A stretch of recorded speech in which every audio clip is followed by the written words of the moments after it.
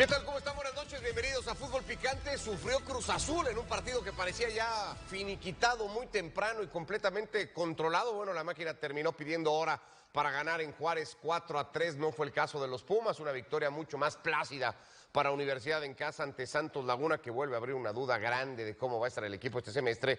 Y el empate sin goles muy meritorio de Puebla contra Toluca, resistiendo poco más de media hora con un futbolista menos. Es el arranque de la fecha 4 con el 0-0 entre los Camoteros y los Diablos, la victoria contundente de Universidad y el sufrido triunfo de Cruz Azul, porque eso es lo que termina siendo. Con eso vamos a arrancar, insisto, el partido parecía resuelto muy temprano para la máquina y de repente la cosa se complicó con Desiree Monsiváis, con Paco Gabriel, con Héctor Huerta, pues en lo dicho, ¿no? O sea, Cruz Azul acaba pidiendo la hora en Juárez. Sí, buenas noches. Me parece que Cruz Azul primero tiene controlado el partido con esa mala marca de Juárez corriendo hacia atrás y después capitalizan inmediatamente. Posteriormente va encaminándose el partido y me parece que el Arcamón, una indisciplina, no te pueden expulsar al auxiliar y luego por hablar de nuevo una expulsión directamente al entrenador y ahí se cae. Cuando vas ganando 3-0. Exacto. Y en una jugada que es penal además, ¿no? Ya lo dirá. Sin duda, por supuesto, pero y todavía no se marcaba el penal. No se puede caer un equipo así con una ventaja tan grande y eso me parece unos focos rojos para Cruz Azul porque tiene muy buen juego, tiene muy buena estadística, la táctica perfectamente, pero pasa el partido, se hace largo y Juárez vio esa oportunidad, olió sangre y fue y atacó. Hay ratos buenos de Cruz Azul en el partido, evidentemente, le arranca muy bien, muy convincente, encuentra un error en la salida de Juárez para que Paradela haga un golazo, Paco, otro golazo de Charlie, también con muchas ventajas, porque aparece solo Charlie Rodríguez, ya iremos viendo las imágenes, pero incluso con la ventaja del primer tiempo hay dos situaciones en las que Juárez pudo haber marcado, y luego el partido acaba como acaba. ¿Por qué le pasa eso a Cruz Azul? Sí, buenas noches. Esa es la pregunta que se tiene que hacer el Arcamón, y sí, alguien le tiene que decir que él es el líder del equipo, él es la cabeza del equipo y no puede regalar esta expulsión. No hay ningún motivo para hacerlo, no hay ninguna justificación. Me gustó mucho lo de Cruz Azul, me gustó mucho lo de Lira, la seriedad con la que jugaron Dita y Piovi, Gudiño muy bien. Sí. En el medio campo le pasaron por encima a Juárez. Yo destacaría a Charlie, pero Palavecino y Paradela muy bien. Y el Toro Fernández cumpliendo. Entonces, todo estaba encaminado. Realmente era un partido que pudo haber terminado 5-0 sin ningún problema. Después, bueno, vienen estas situaciones que se tienen que preguntar y responder ellos mismos, porque me parece que lo terminaron regalando, y estuvo a punto Juárez, que con todo respeto, no sé qué trabajaron estas 2 semanas, en este parón. Parecía que Caixinha además lo tenía muy claro, ¿no? Declaraciones que no defienden bien, atacan regular. En fin, muchas cosas que preguntarse también por ellos, pero en el caso de Cruz Azul me gustó lo que vi en lo futbolístico, me gustó mucho lo que vi. Más allá de eso, insisto, y por cómo termina el partido y con eso las dudas que pueda generar en Cruz Azul, su próximo rival en Liga, Héctor, va a ser Toluca, y a Toluca sin técnico y sin 9, porque también echaron al Toro Fernández del partido. Sí, y ya avisó en este inicio de torneo en 4 partidos para que los otros 15 rivales ya lo sepan, que Cruz Azul te trata de matar en los primeros 15 minutos. Salió dormido Juárez, en el segundo 37 le hacen el primer gol. Segundo así fue más o menos con Atlas también. Así ¿no? fue contra Atlas, exactamente, qué bueno que me dijiste. Fue en el minuto 8 el primer gol y en el 28 el segundo. Bueno. En los primeros 30 minutos Cruz Azul te trata de matar. Cuando no lo consigue, como ocurrió contra León, perdió. Y cuando no lo consigue contra el Puebla, hasta el 79, con un hombre más, pudo resolver el partido. Es decir, ya la tendencia de Cruz Azul es clarísima, salen con las pilas puestas, no es una máquina mexicana de ferrocarril, es un tren bala cuando arranca el partido y ya lo van a saber los 15 equipos más, así que esto lo van a tener clarísimo, que hay que salir despiertos al partido desde el segundo 1. Pero también le tienes que agregar que la ventaja de 3 goles no la puedes desperdiciar así, porque es diferente tener esa contundencia, liquidar el partido y manejar los minutos del partido. O sea, no es lo mismo ser muy contundente y que no te sepan leer esa, meter tantos goles y que no sepas manejar el partido. Ahí también acabar sufriendo cuando ibas ganando 4-1 no tiene ningún sentido. Pero ejerce una presión alta Cruz Azul desde el segundo 1. Impresionante, todo el desgaste físico del principio, parece que el gas se le acaba al final, se nota claramente que al final sufre Cruz Azul mucho, Pero yo creo que tiene mucha influencia el que vas ganando 3-0. Hay una jugada que el VAR va a revisar para que haya un penalti o no penalti. El auxiliar comete una barbaridad ahí con el árbitro, le dice algo, lo expulsa. Además, este árbitro ya nos dirá, es de pocas pulgas este árbitro, Valle. Entonces, y luego sacan al Arcamón también. Y entonces ya el segundo tiempo cambia el partido, se vuelve y gana. Juárez gana el segundo tiempo 2-1. Sí. El Cruz Azul gana 3-1 el primero, pero Juárez gana el segundo 2-1. Y pidiendo la hora, Cruz Azul sacó el resultado, pidiendo la hora. Yo por eso entiendo pudo haberlo ganado muy fácil, ¿no? que hay ratos buenos de Cruz Azul, yo eso lo comparto. Sí, claro. Hay ratos muy buenos de Cruz Azul, pero incluso en esos ratos buenos Juárez genera, entonces, y luego terminas sufriendo el partido o esperando que te lo piten para que no te lo empaten. No sé si defensivamente, o sea, porque Cruz Azul está claro que adelante va a andar bien. Cuando esté el Toro, no sé cómo va a jugar con Toluca ahora sin 9, pero cuando esté el Toro va a andar bien. Pero no te deja preocupado los ratos que viste a Cruz Azul. No, bueno, porque Juárez es un equipo que te ataca bien. No defiende bien, pero te ataca muy bien. A mí me gusta mucho lo de Lira. Yo te digo que ya está en la lista definitiva. Bueno, Lira es, creo yo, el mejor futbolista mexicano de la liga hace rato. Puede ser, ¿no? puede Hace ser. rato. Y me gusta mucho lo de Charlie. Muchísimo. Y cuando se junta con Paradela, con Palavecino, muy ¿Jeremy bien. te gustó? Jeremy también. Claro. O sea, muy bien. El medio campo de Cruz Azul, Muy buen equipo. muy bien. Atrás los veo serio, Gudiño bien. No, yo no creo que Cruz Azul haya estado en problemas. Evidentemente el rival te ataca, está en casa, va a buscar incomodarte, pero el partido estuvo controlado. Y por momentos con un amplio margen. Era para verlo liquidado sin ningún problema. Es increíble cómo se complica Cruz Azul. Y la actitud del cuerpo técnico permea en los jugadores. Eso lo tienen que entender. Es mentira eso de que nosotros nos metemos aquí y no, siempre estás pendiente de lo que pasa en la banca. Claro. Siempre. Entonces, el Arcamón ahí tiene que, porque no era para hacerse expulsar. No era, y yo no le voy a echar la culpa al árbitro. Si tú ya sabes, a ver, el árbitro toma una decisión y se acabó. Si tú ya sabes eso, ni le muevas. El partido ya estaba resuelto. ¿Qué vas a reclamar? Y el cuerpo técnico igual. Sí, era mano. ¿Perdón? Era una mano. Una mano sí que era es mano. Claro. Yo creo que No por hay eso que alegar en eso. Totalmente. Oye, ya nos dirá Lalo cuando le toque el análisis arbitral. También lo del Toro Fernández, si te expulsan por discutir una jugada en que el árbitro está dando gol y el VAR lo está checando y tú reclamas o insultas o algo y te expulsan, no teniendo un suplente, como sabe el Toro que cuando no tu tiene, siguiente rival es tu equipo Toluca, está ganando y sigue el Toluca. No, pero que tu vio el equipo está ejemplo de ganando. su entrenador. Si por hablar Yo ahí viene el quiero- reclamo, pues obviamente. Yo ahí quiero preguntar porque Era el fueron 4-2, no había necesidad. Pero con el parón fueron días difíciles en Cruz Azul, pasó lo de Borja, se habló mucho, hubo mucha tensión, otra vez, mucho tema extracancha. ¿Esto podría leerse como el efecto de eso? No, el Cruz Azul O sea, no llegó el Arcamón muy presionado, muy Yo creo que rebasado, el sí. entorno Cruz Azul pasa todo eso todo muy hasta la... No, pues, pero en la cancha y ya sí. dijo, ya la acostumbrarse. En la ¿no? cancha sí le afecta, porque bien describía Paco que Juárez ataca muy bien. ¿Qué sucedió? Campos muy bien cuando va hacia adelante. Rotondi también muy bien cuando van hacia adelante, se desdoblan, ¿no?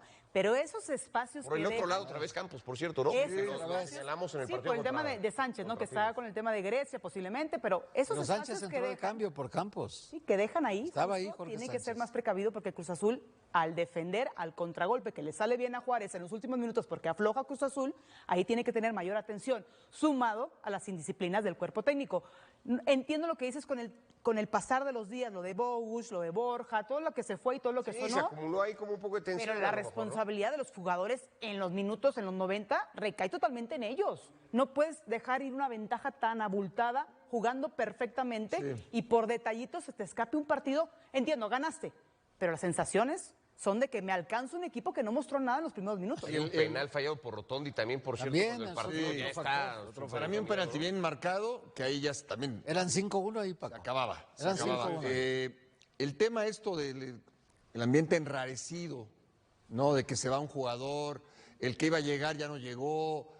Al jugador, mientras le paguen puntualmente, Exacto, no le interesa. no, eso. No le interesa. Y este grupo en particular lleva rato demostrándolo, ¿no? Sí. Porque pasó lo de Anselmi y el grupo siguió igual. Pasó lo de Vicente y el grupo siguió Hay igual. hay muchos detalles que te hacen ver que es un grupo muy fuerte, muy sólido. Hay una jugada, después del penal que falla Rotondi, viene un contragolpe y Dita persigue, barre, corta la jugada pelota. y llegan Lira y Piovi a festejar con él. Y cada jugada que hay en una intervención oportuna en defensa, se reúnen y festejan o se motivan. En fin, se ve un grupo muy, muy unido cuando hay cambios, todos se dan la mano. Sí. Cuando hay gol, todos festejan. Yo veo un grupo muy unido, muy fuerte. Lo que pueda pasar, temas extracancha, no le afectan a este equipo. Tiene que, Larcamón, me parece, concentrarse en lo suyo y ser mucho más serio en este tipo de jugadas. Sobre todo, ¿sabes qué, Paco? Porque él también pidió a la directiva que en el vestidor no hubiera contrapesos. O sea, se fue Rivero, se fue Farabelli, se fue Sepúlveda, 3 muy influyentes dentro del grupo y queda al mando él. Y si el jefe del grupo, si el capitán del barco abandona y deja al equipo solo por una expulsión muy tonta, la verdad. Jugadas cuando vas polémicas ganando siempre va a 3, haber. siempre va a haber. Jugadas polémicas siempre va a haber. No te puedes regalar, una expulsión así. Pero cuando hablábamos de Fredín Juárez, de que controlara la banca, el Arcamón también tiene una banca peleoneras, cada rato están peleando con los rivales, o sea, tienen que controlarse. Al final de cuentas, el equipo lleva 9 puntos ya. Exacto. Quieras o no, ahí va. De lo positivo, ganaron. Ganaron. Y es bueno sí, corregir 3 puntos. ante la victoria. Claro, más ganando. que un empate, una derrota. Es Has distinto. hablado mucho y se coincide mucho en decir que Cruz Azul es un equipo más o menos predecible, que no cambia demasiado, pero hoy demuestra, creo, en los ratos en donde está bien, que por más predecible o por más que sepamos cómo va a jugar Cruz Azul, si ejecuta bien el partido, No, de acuerdo. es muy difícil No, de superar a acuerdo. este equipo, Lo de ¿no? Palavecino y lo de Paradela, excelente, extraordinario. Hacen que luzca igual Charlie Rodríguez, pero son 3 centrales, 2 carrileros, es la misma función. El 11 no nos sorprendió No a se mueve. ninguno, ¿no? A Era un ninguno. 11 muy cantado. Evidente, digamos. pero que no se me vaya a lastimar Lira, que no vaya a bajar Paradela. Me parece el movimiento de traer a Palavecino, que ellos dos surgen perfectamente, se entienden sin ver códigos, donde incluso los movimientos son básicamente sin ver, ¿no? Esas asociaciones naturales. Y aparte, lo único que hay que tener en cuenta es lo del Toro Fernández, que no pasen estas cosas, porque ahora va a ser Levy el que tenga que salir al quite, un joven, para decir yo soy el 9 suplente y ahora hay que responder, ¿no? Ante esa ausencia de la expulsión. Pero me parece predecible, pero mientras ellos estén ejecutando de manera responsable, sin dejar ir esos detalles, puede ser un equipo que vaya en construcción, de menos a más. Solamente que se tope con ese calendario que vienen a Vancouver y luego se van a Toluca y luego después viene Tigres y luego Chivas, ahí es de cuidado, ¿no? Un poco. Ahora, se fueron tres jugadores que tenían mucho peso en la profundidad del plantel.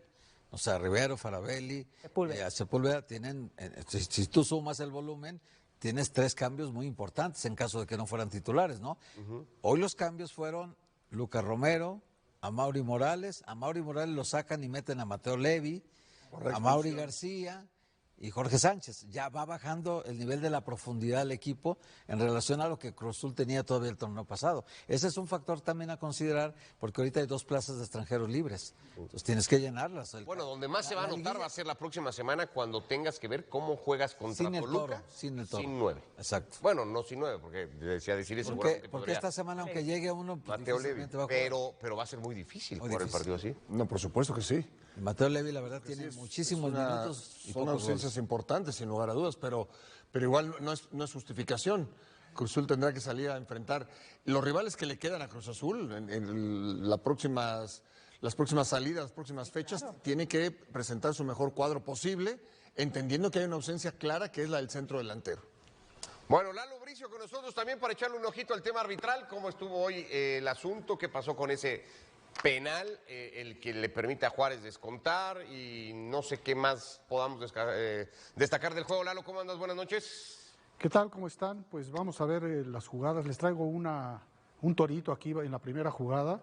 Es una situación, la primera jugada en la que Dita comete una falta, pero la comete fuera del terreno de juego. Entonces, el árbitro la marcó. ¿Por qué la marca? Si ocurre completamente fuera del terreno de juego la falta. Entonces, aquí les traigo el torito. ¿Qué tenía que haber marcado el árbitro? Pregunto yo. Caray, es buena. Está buena. Interesante, ¿eh? A ver, agresión directamente al jugador. Es Pero una lo amonestó, amonestación, sí, pero, lo amonestó, lo pero amonestó. el balón sigue vivo, está en El juego. balón está vivo, pero la falta es afuera. Entonces, Bote.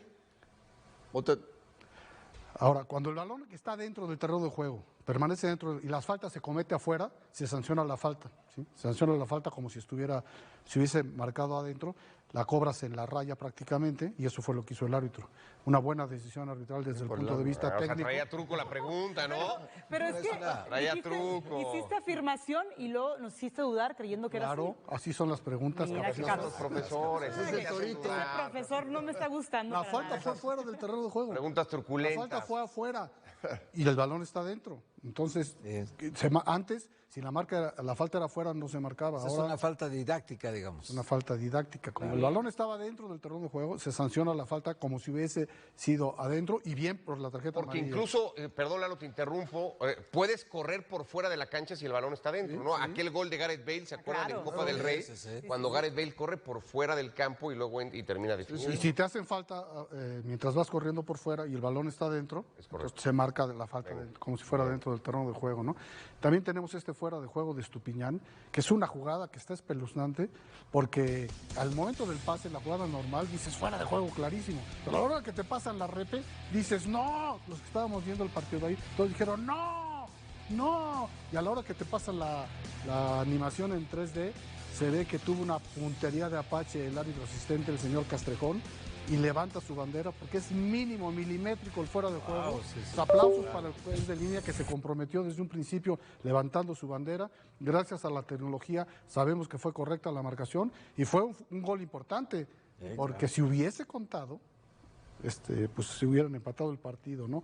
Fue una jugada muy importante. Y finalmente traemos, aunque fue un partido ríspido, con muchos reclamos hacia el árbitro, este señor tiene no se ha consolidado y todavía tiene que poner más energía al arbitrar, pero es una mano muy clara de Palavicino. Él está volteado, pero no puede tener la mano estirada de esa manera porque está cubriendo un espacio que su cuerpo normalmente El Puebla no hizo otra cubriría. igual hoy, ¿verdad? Naturalmente no. En el Puebla pasó otra parecida a esta. Pues sí, pasó La una de Luis parecida. Rey. Sí, pero aquí Palavicino va con el brazo abierto. Entonces, aunque esté volteado, el hecho de tener el brazo ahí implica que aunque sea de manera inconsciente, estás tratando Y de la cubrir, distancia que hay entre uno y otro y nada, porque luego también se o que se argumenta tenían eso. agarrados de la mano y que, bueno, pues ¿para qué se agarran de la mano? Entonces, el hecho de ensanchar tu cuerpo, cubriendo un espacio que normalmente tu cuerpo no cubriría, fue lo que ocurrió.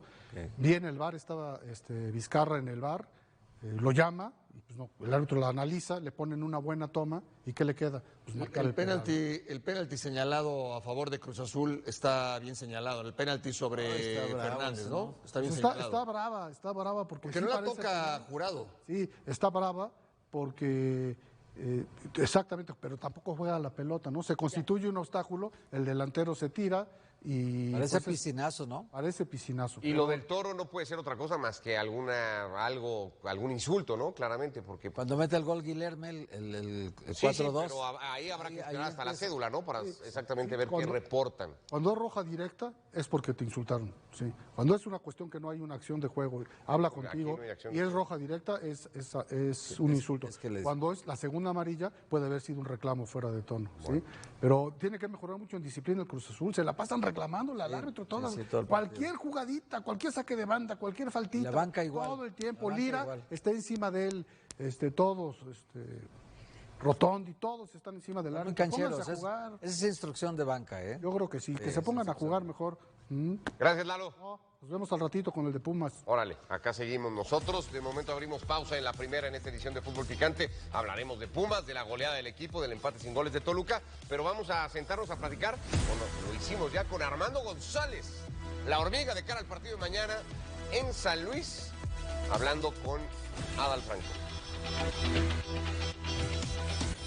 No te pierdas mañana todas mis acciones contra San Luis por Disney Plus. Las probabilidades picantes son presentadas por Codere.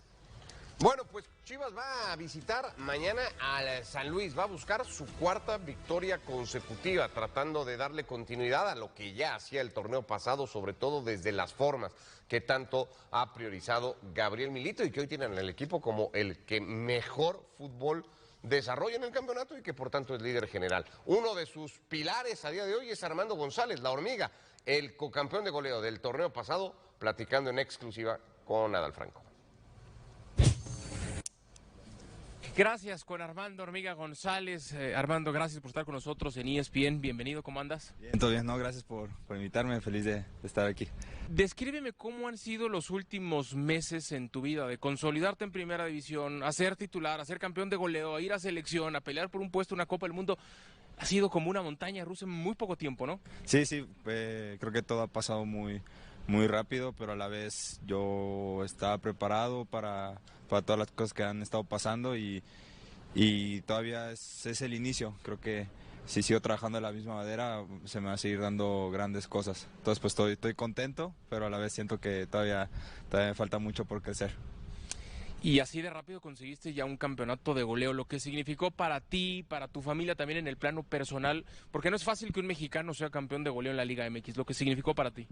Pues fue un orgullo muy grande, como que en el momento no me di cuenta de lo que había realizado, de lo que había logrado, que fue ser campeón de goleo con Chivas. Y yo estaba muy enfocado en el siguiente partido. En el siguiente partido ya en las vacaciones me di cuenta, oye, que campeón de goleo, eso fue algo muy importante que voy a disfrutar por el resto de mi vida, pero a la vez digo, quiero seguir creciendo, quiero seguir mejorando, evolucionando y sé que solo es el inicio. Háblame de esta mezcla que ha logrado el equipo con jugadores jóvenes, jugadores de experiencia, refuerzos bien pensados. Háblame de la importancia de esa mezcla. Sí, yo creo que se pensó en un muy buen plantel que cubriera todas las características que el profe considera que necesitamos, y esa experiencia que tienen jugadores como Romo, como Cepu, como El Oso, y esa frescura que tiene Hugo, Padilla. Creo que es una muy buena combinación y a la vez nos ayuda a seguir creciendo en cuanto a equipo y a mejorar. El convencimiento que ha tenido a nivel grupal Milito con ustedes, ¿cómo lo ha conseguido? ¿Cómo lo hizo? Sí, yo me acuerdo desde el primer día que llegó siempre trató de inculcarnos esa idea de tener un solo comportamiento, de una sola mentalidad, de ir a ganar, de luchar, de ser un equipo protagonista, de no creernos me acuerdo que cuando él llegó no pasamos a play-in y nos dijo que él no nos veía como el equipo 11º de la Liga MX, que podíamos hacerlo mucho mejor y nos lo estamos creyendo. ¿Qué te pide a ti, Milito, en tu posición de centro delantero? ¿Qué es lo que te pide a ti? Pues que haga lo que yo sé hacer, que en el área me mueva como yo quiera y que esté ahí para meter gol. Pero lo que más me pide es eso, y a todo el equipo, es la actitud y la determinación para ganar los partidos.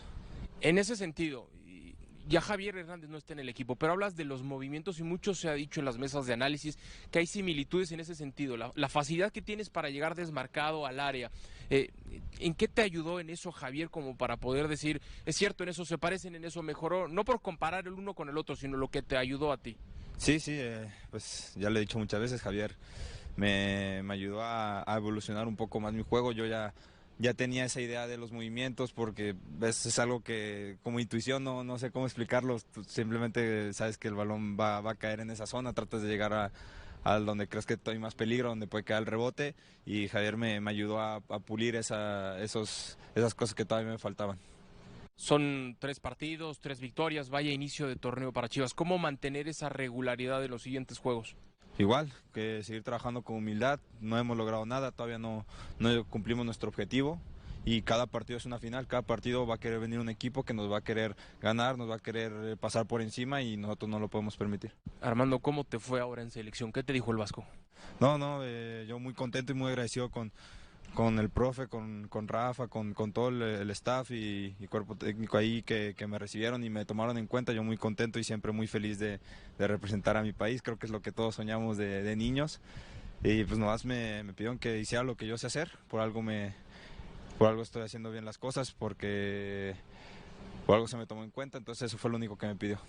Háblame de ese sueño de poder jugar una Copa del Mundo, va a ser en México, lo que representaría para ti poder defender la camiseta de la selección en un mundial en casa. Sí, creo que jugar un mundial mundial no tiene comparación, y más en el Azteca, en el Akron, en Monterrey, donde esté, siempre sé que vamos a estar de locales. Entonces pues vivir un mundial y más en tu casa, creo que es un sueño que muy poco puedes hacer en tu vida, y pues yo espero, primero Dios, que se me pueda tomar en cuenta. Yo voy a hacer lo que a mí me toca, que es trabajar día a día, seguir mejorando día a día y eso es lo que depende de mí.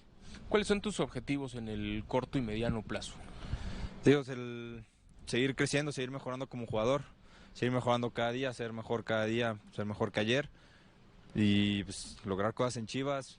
Tengo ese sueño de ir a Europa, pero primeramente está aquí en Chivas y si yo hago bien las cosas aquí en Chivas, se me va a tomar en cuenta para la selección, para Europa, primeramente es el día a día. Y el objetivo del equipo, porque recuerdo que el torneo anterior el objetivo era la clasificación de forma directa, que se consiguió. Para este torneo, ¿cuál es el objetivo que tiene el equipo? No, obviamente pues nosotros siempre queremos ser campeones, creo que ese es el objetivo que tenemos nosotros, pero te digo, vamos día a día, partido a partido. No podemos ya estar pensando en la final si primeramente mañana tenemos un partido contra San Luis, es ir partido a partido y las cosas se van a dar. Ya por último, es justo en el partido de mañana en San Luis, no es por ponerte más nervioso, pero vas a tener una cama específica siguiéndote en todo momento, toda la gente que te quiere ver a ti, para disfrutar también de tu juego, lo que dices, la forma en la que te desmarcas.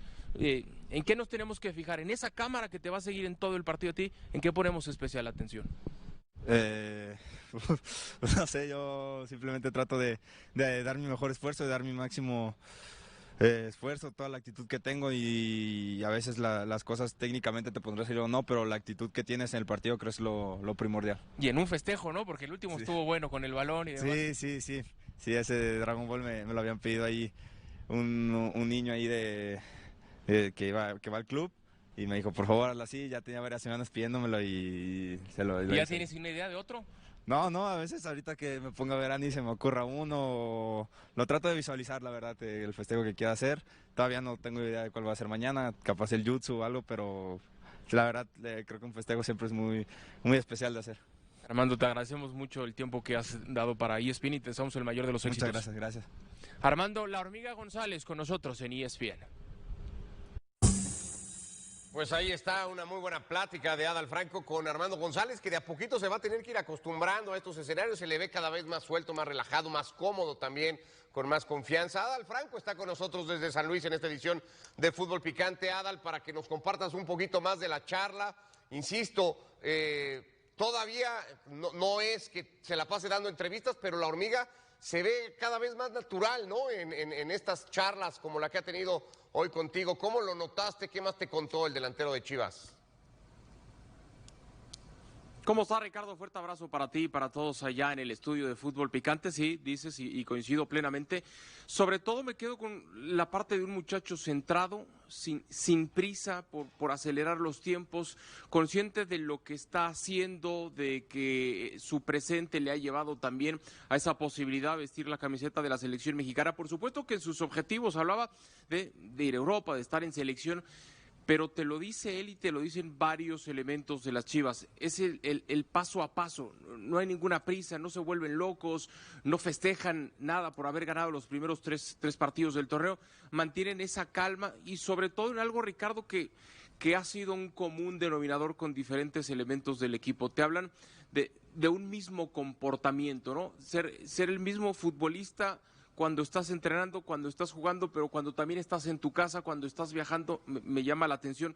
Es muy joven la hormiga, pero te puedo decir que cuida su alimentación, pesa su comida, viaja con medias de compresión, en fin, le dedica un extra, un adicional a una profesión que hoy te entrega más herramientas a partir de la tecnología y a partir de otras áreas adicionales a las futbolísticas, como para tratar de ser una mejor versión de él.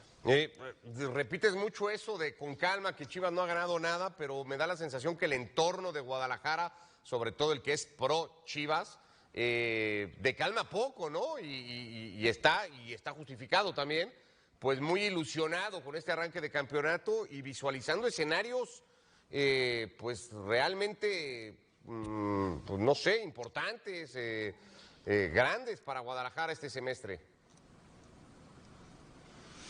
Bueno, tal vez puede ser que existan algunas voces que estén ilusionadas, que estén animadas, pero al final los que juegan son los futbolistas. Sí, de acuerdo, pero yo lo hago no a partir de la afición que tenga hacia un equipo o hacia otro, en particular es a Guadalajara. Yo lo hago a partir de lo que yo veo hoy en este plantel que ha conformado Javier Mier, que ha conformado Alex Manso, que yo veo futbolistas que tienen ese único comportamiento, ¿no? Hoy hablas de futbolistas importantes que están en Chivas y que ya son de selección. ¿Cuántas veces se criticó? Es que Chivas tiene futbolistas de selección. Bueno, la pasada convocatoria fueron 8, es cierto, más de los habituales. Refuerzos que de entrada cayeron muy bien. Es que Brian Gutiérrez no tiene ni 15 minutos que llegó a Chivas y en pretemporada ya anduvo muy bien y en los partidos de liga han dado bien y de inmediato ha ido a selección mexicana. Insisto, el proyecto que ha armado Guadalajara tiene bases, tiene fundamentos como para pensar por qué no que el equipo puede llegar a trascender, pero en serio, es que ellos no tienen ninguna... El mexicano nos vuelve a poner frente a una discusión que va mucho más allá del marcador, mucho más allá de si un equipo ganó o perdió un partido. Porque lo que está en juego no es solo un resultado, es la forma en la que entendemos la exigencia, la presión, la identidad y el poder dentro de los clubes grandes. Especialmente cuando las cosas empiezan a salirse del guión esperado. Durante años hemos normalizado una narrativa muy peligrosa. La narrativa de la obligación, la idea de que ciertos equipos tienen que ganar sí o sí, independientemente del contexto, del rival, del momento. Como si el fútbol fuera una ecuación matemática donde el nombre pesa más que el juego, y esa narrativa, lejos de ayudar, termina deformando la manera en la que se construyen y se juzgan los proyectos. Cuando se dice que un equipo está obligado a ganar, lo que en realidad se está haciendo es reducir todo el análisis a una sola palabra, ignorando procesos, ignorando contextos y, sobre todo, ignorando que el fútbol sigue siendo un deporte donde influyen muchísimas variables que no se controlan, desde una oficina ni desde un micrófono. Chivas, por ejemplo, vive hoy un momento que ilustra perfectamente esta contradicción porque tiene un buen arranque, porque juega bien, porque transmite una idea clara y de inmediato aparece el discurso de la obligación, como si ganar 3 partidos te colocara automáticamente en la misma categoría de equipos que llevan años invirtiendo, compitiendo y sosteniendo proyectos con planteles mucho más profundos. Pero ganar no te da obligaciones, ganar te da confianza, te da impulso, te da margen. Y confundir una cosa con la otra es uno de los errores más comunes y más dañinos que cometemos desde el análisis y desde la narrativa mediática. El futbolista no entra a la cancha pensando en obligaciones abstractas. Entra pensando en ejecutar una idea, en cumplir un rol, en competir, y cuando se le carga con una exigencia mal entendida, el efecto suele ser el contrario, aparece el miedo. Aparece la tensión y el rendimiento se ve afectado. El entrenador tampoco. Plantea un partido desde la obligación, lo plantea desde lo que tiene, desde lo que ve, desde lo que trabajó durante la semana. Y juzgarlo únicamente desde el resultado, sin entender el proceso, es una manera muy pobre de analizar el juego. Y aquí es donde el fútbol mexicano se ha equivocado durante mucho tiempo. Porque ha privilegiado el juicio inmediato sobre la comprensión profunda, ha preferido la sentencia rápida al análisis responsable. Y eso termina creando entornos tóxicos donde los proyectos no tienen espacio para madurar. Chivas tiene una identidad muy particular, una identidad que no es solo deportiva, sino cultural, una identidad que le impone límites estructurales muy claros, como jugar únicamente con futbolistas mexicanos. Y ese detalle cambia por completo la manera en la que se debe evaluar su rendimiento. No, es lo mismo competir con una plantilla abierta al mercado internacional que hacerlo con un mercado restringido. No es lo mismo corregir errores trayendo extranjeros que hacerlo formando, esperando y potenciando talento local, y pretender medir ambos modelos con la misma vara es, como mínimo, injusto. Eso no significa que Chivas no deba ser exigido, significa que la exigencia debe ser contextualizada. Debe ser inteligente y debe reconocer las condiciones bajo las cuales compite, porque exigir sin entender el contexto no eleva el nivel. Lo distorsiona. El problema es que la narrativa mediática muchas veces no busca elevar el nivel del análisis. Busca generar polémica, busca confrontación, busca rating, y para eso la palabra obligación funciona perfecto. Porque simplifica todo y polariza la conversación.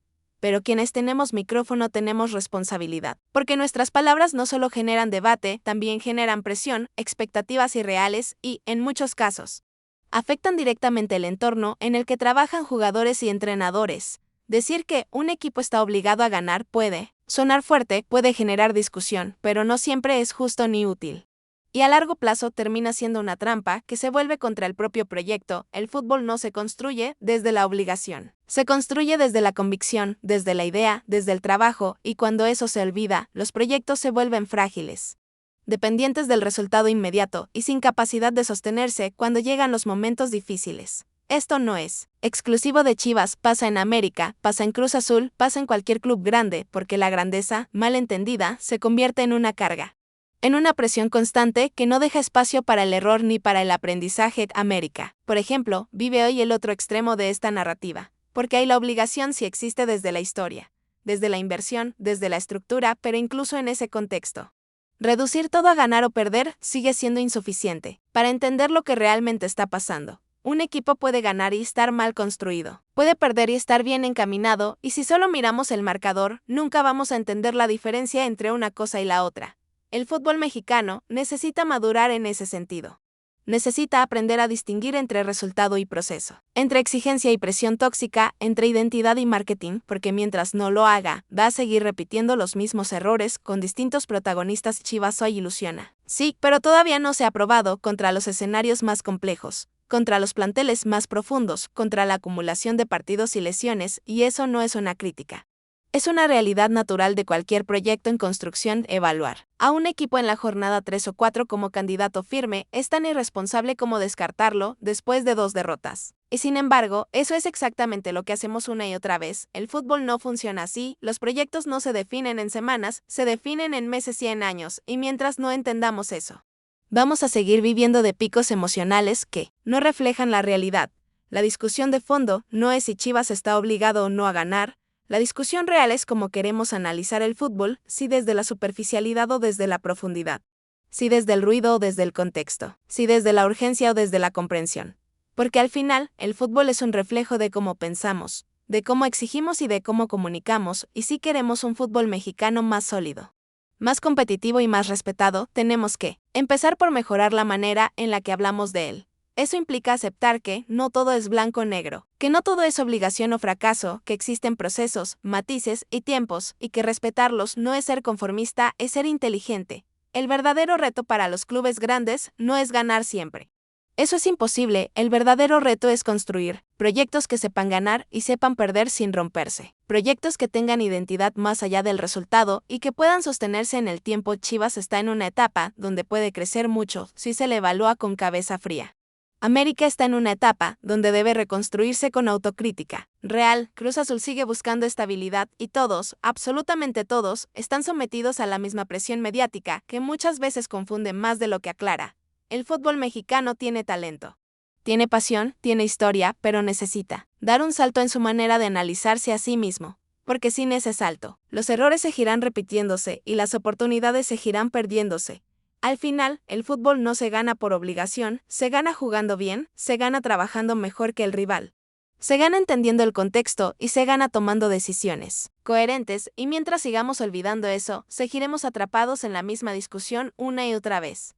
Y ese es el verdadero debate que deberíamos estar teniendo hoy. No quién está obligado a ganar, sino cómo construimos un fútbol más inteligente, más justo y más honesto con su propia realidad, y siguiendo esa línea.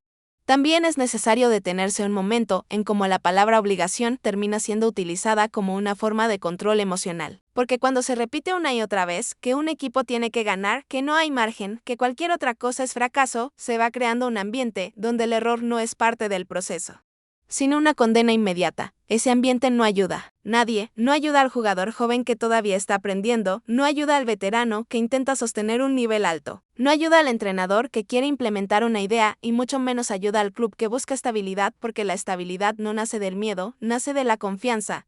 El futbolista mexicano, en particular, ha crecido durante años bajo esa presión, mal entendida, una presión que no siempre viene del vestidor ni del cuerpo técnico, sino del entorno, de la conversación constante, del juicio permanente. Y eso termina moldeando comportamientos dentro de la cancha.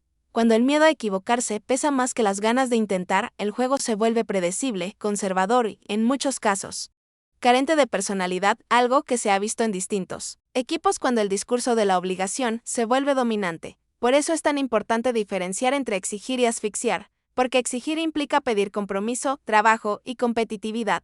Pero asfixiar implica no permitir el error, no permitir el aprendizaje y no permitir el crecimiento, y esa diferencia muchas veces se pierde en la conversación pública. Chivas, por ejemplo, está construyendo algo interesante desde una base clara, con una identidad reconocible y con una idea que se repite, y eso merece ser analizado con seriedad. No inflado de manera irresponsable ni descalificado a la primera dificultad. Decir que no está obligado a ganar no significa quitarle mérito ni bajar la vara. Significa entender que su proceso está en una etapa distinta a la de otros clubes y que evaluarlo con los mismos criterios no solo es injusto, sino poco inteligente. El fútbol no es una competencia de discursos. Es una competencia de proyectos, y los proyectos se miden por su coherencia, por su capacidad de adaptación y por su evolución en el tiempo, no por una racha corta de resultados. El problema es que el fútbol mexicano se ha acostumbrado a vivir de rachas, de momentos, de picos emocionales que duran lo que dura un torneo corto, y eso hace que todo parezca urgente, definitivo y extremo, cuando en realidad la mayoría de las cosas requieren tiempo. Esa cultura de la urgencia también impacta en la manera en que se toman decisiones estructurales, porque cuando todo parece inmediato, se privilegia la solución rápida sobre la correcta. El fichaje de impacto sobre el encaje real y el discurso, tranquilizador sobre la autocrítica. Y así se va construyendo un círculo vicioso donde los errores se repiten, donde los proyectos se interrumpen antes de madurar y donde la frustración se acumula, tanto en la cancha como en la tribuna. El fútbol mexicano tiene que aprender a salir de ese círculo. Tiene que aprender a distinguir entre presión sana y presión destructiva, entre exigencia lógica y expectativa inflada. Porque mientras no lo haga, seguirá generando talento que duda, proyectos que se rompen y equipos que no logran sostener un nivel alto durante mucho tiempo. La conversación sobre la obligación, en el fondo, es una conversación sobre madurez, sobre cómo entendemos el éxito y el fracaso, sobre si somos capaces de analizar más allá del resultado inmediato y sobre si estamos dispuestos a aceptar que el fútbol, como cualquier proceso humano, tiene altibajos. No se trata de justificar derrotas ni de celebrar mediocridad, se trata de construir un análisis más honesto, más profundo y más útil. Uno que ayude a mejorar en lugar de solo señalar. Los clubes grandes seguirán siendo exigidos, eso no va a cambiar, pero la manera en que se ejerce esa exigencia sí puede cambiar. Y debería hacerlo si realmente se quiere elevar el nivel del fútbol mexicano. Porque exigir sin entender es fácil, pero exigir entendiendo el contexto es lo que realmente construye, y ahí es donde todavía hay mucho camino por recorrer. Este debate, aunque parezca sencillo, toca fibras muy profundas de nuestra cultura futbolística, porque cuestiona hábitos, cuestiona discursos y cuestiona la manera en que consumimos y juzgamos el juego.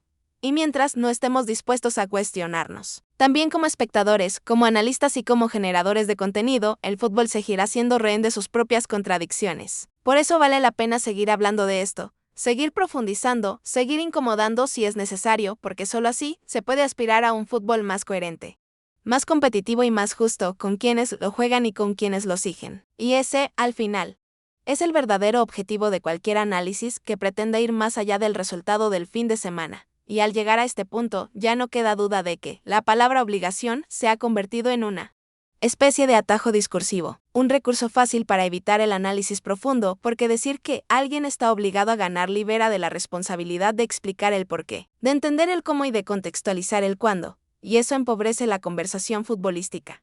Cuando todo se reduce a obligación o fracaso, se pierde la posibilidad de hablar de evolución, de ajustes, de crecimiento, de errores bien intencionados, y de aciertos que no siempre se reflejan de inmediato en el marcador. Y sin esa conversación más amplia, el fútbol se vuelve una narrativa plana, repetitiva y predecible. El problema es que esa narrativa termina influyendo directamente en las decisiones internas de los clubes, porque los directivos también escuchan, también leen y también sienten la presión del entorno, y cuando esa presión se basa en simplificaciones, las respuestas suelen ser igual de simplificadas. Cambios apresurados, fichajes reactivos, discursos defensivos, promesas que no se pueden sostener. Todo eso nace de una cultura que no tolera el proceso y que exige resultados inmediatos sin preguntarse si las bases son las correctas. Y así se construyen proyectos inestables, proyectos que parecen fuertes cuando ganan y frágiles cuando pierden. Proyectos que no logran sostener una identidad porque viven ajustándose al ruido del momento en lugar de a una visión clara. El fútbol mexicano tiene ejemplos de sobra de esto: equipos que ganaron un torneo y desaparecieron al siguiente, técnicos que pasaron de héroes a villanos en cuestión de meses y planteles que se desarmaron sin una idea clara de reconstrucción. Todo como consecuencia de esa urgencia mal entendida. Por eso resulta tan importante cuestionar el uso indiscriminado de conceptos como obligación, porque detrás de esa palabra se esconden muchas de las limitaciones que hoy enfrenta el fútbol nacional. Para dar un salto de calidad, exigir es necesario, claro que sí. Nadie quiere un fútbol conformista, pero exigir con inteligencia implica saber qué pedir, cuándo pedirlo y a quién pedirlo, y eso solo se logra con análisis, con contexto y con una visión más amplia del juego. Un equipo joven no se evalúa igual que uno veterano. Un proyecto en construcción no se juzga igual que uno consolidado, y un club con restricciones estructurales no compite bajo las mismas condiciones que uno con mercado abierto. Y pretender ignorar esas diferencias es negar la realidad. La grandeza de un club no está en ganar siempre, eso es imposible, está en saber gestionar los momentos difíciles sin traicionar su identidad, sin romper lo que se está construyendo, y sin caer en decisiones que comprometan el futuro por salvar el presente. Chivas, América, Cruz Azul y cualquier club grande se enfrentan tarde o temprano a ese desafío. Y la diferencia entre crecer o estancarse está en cómo se maneja la presión, no en cómo se proclama la obligación. El fútbol necesita menos sentencias y más preguntas. Menos etiquetas y más explicaciones, menos ruido y más profundidad, porque solo así se puede construir un entorno que favorezca el desarrollo real del juego. Los jugadores mejoran cuando se sienten respaldados por un proyecto claro. Los entrenadores crecen cuando saben que hay coherencia entre lo que se les pide y lo que se les ofrece, y los clubes se fortalecen cuando entienden que el éxito no se improvisa. Se trabaja. Esta conversación no busca quitarle responsabilidad a nadie, busca repartirla de manera más justa, entendiendo que el fútbol es un fenómeno colectivo donde todos influyen, desde quienes toman decisiones hasta quienes analizan y comunican.